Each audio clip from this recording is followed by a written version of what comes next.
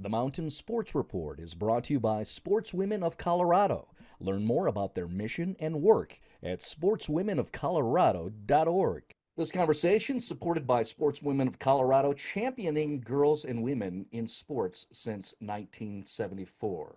With me is Executive Director for Sportswomen of Colorado. That is Jennifer Anderson Ehrlich. And our guest is Hillary Allen, who's a stud who's got quite the resume on her. Just finished second in the 20K race at the GoPro Games in Vail. She was the run leader and guest speaker at the Outside Festival in Denver recently, and the overall champion of the Big Cat Double at the Tiger Claw event, a 2,500-foot vertical ascent race that was followed the next day by a 50K race. Hillary Allen, skyrunner, ultra runner, author, speaker, coach, and science scholar. Hillary, good morning. Thanks for coming online with us. How are you doing? I'm so good. I'm very happy to be here. And what an introduction. What an introduction. Hillary and I unknowingly matched our shirts today. So great minds think alike. Hillary, we were so lucky to have you as our guest speaker at our 51st awards banquet in March. And I just feel so lucky to know you. I met you, we hit it off. We have similar personalities, and I love the connection that you played tennis at co-college. So here you are, you're an ultra runner, you run these crazy races, you have quite the story.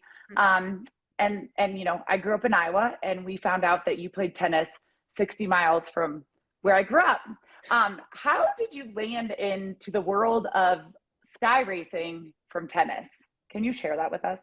Yeah, well, you know, I think there's something in the water here in Colorado. I was born and raised in Fort Collins, Colorado. Ironically, I went to a small college in Iowa because I wanted that small college feel. And I played every sport that there was. I was a very outdoor academic family.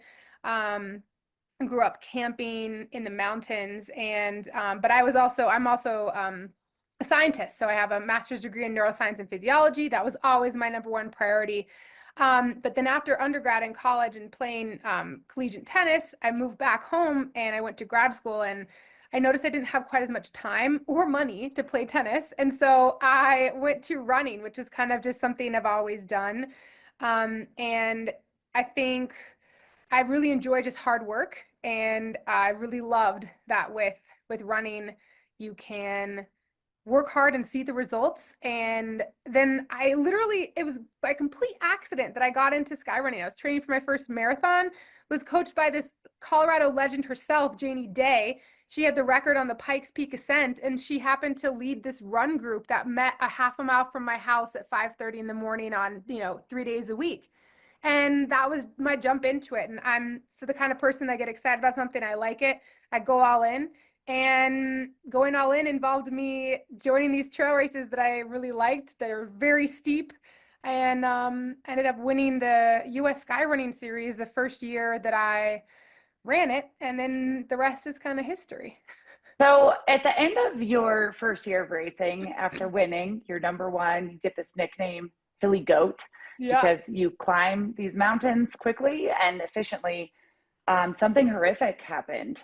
You were near the Arctic Circle, correct? In Yeah. Norway, and you fell 150 feet off of a ridgeline, Mm-hmm. and were told that you would never, ever run again, Mm-hmm. which led to you authoring a book and public speaking and sharing your story. Can you just speak a little bit, Hillary, in regard to the what sport teaches you in life and how you came back from that?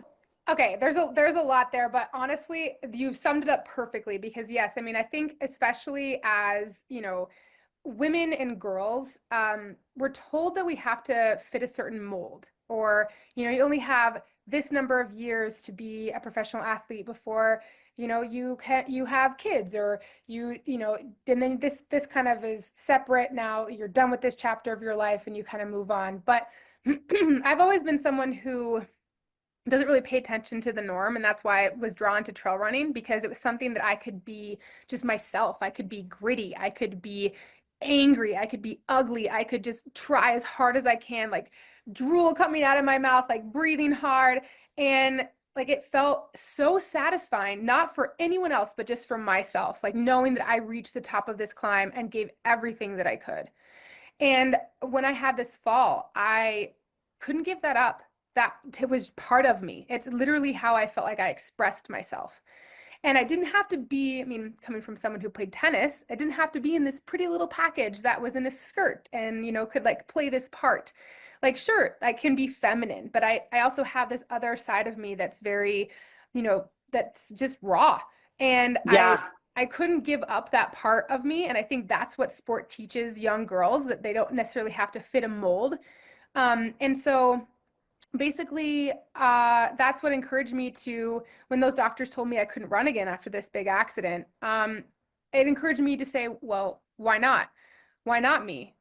I want to try. I want to see if I actually can. And so literally through this whole endeavor, I mean, now I've been, running professionally for 12 years. I've had the majority of my career post accident, post fall, post horrendous injury, post, I've had 7 surgeries in the past 8 years, and I've had to relearn how to walk and run 5 separate occasions. And every time I've learned so much about myself, and it's encouraged me to not only share that through, a book I wrote. I'm also a coach, speaking at events like the Sportswomen of Colorado Awards Banquet, honoring all these women of all different ages in sports, no matter what they're doing, but to encourage them that they're stronger than they think they are, and that these setbacks actually can teach you something about yourself. And sport is the perfect medium to express that.